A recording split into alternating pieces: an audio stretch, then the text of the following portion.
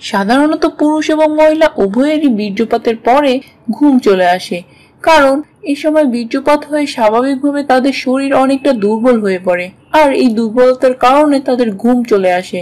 যখন পূর্ণাঙ্গ যৌন তৃপ্তি হয় তখনই তাদের ঘুম আসে। এখানে একটা বিষয় খেয়াল রাখবেন, যেহেতু আপনি আপনার স্ত্রীর সাথে 20 থেকে 25 মিনিট দীর্ঘ সময় ধরে যৌন মিলন করতে পারছেন, তাই দীর্ঘ সময় ধরে যৌন মিলনের জন্য শরীর স্বাভাবিকভাবেই দুর্বল হয়ে পড়ে, আর এই কারণে আপনার ঘুম চলে আসে।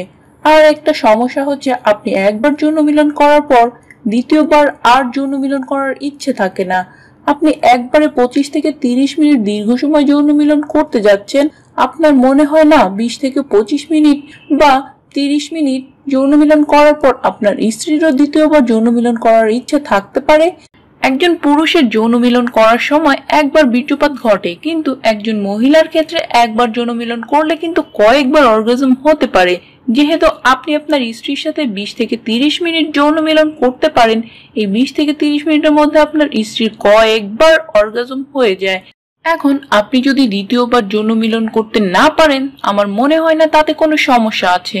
আর গবেষণায় দেখা গেছে, শরীর থেকে যদি বেশি পরিমাণে বীর্য বের হয় তাহলে শরীর ও মন কোনোটাই ক্ষতি হবে না।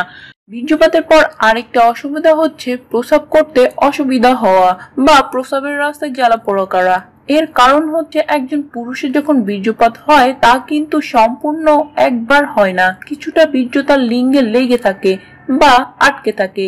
এই কারণে যখন আপনি প্রস্রাব করবেন, প্রস্রাবের সময় সামান্য অসুবিধা বা অস্বস্তি অনুভব করতে পারেন।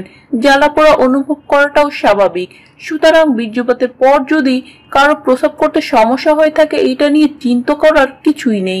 আশা করি বিষয়টি বুঝতে পেরেছেন। আমার চ্যানেলে অবশ্যই এখনই আজ সাবস্ক্রাইব করুন। ভিডিওটি ভালো লাগলে লাইক, কমেন্টস এবং শেয়ার করতে ভুলবেন না। ধন্যবাদ।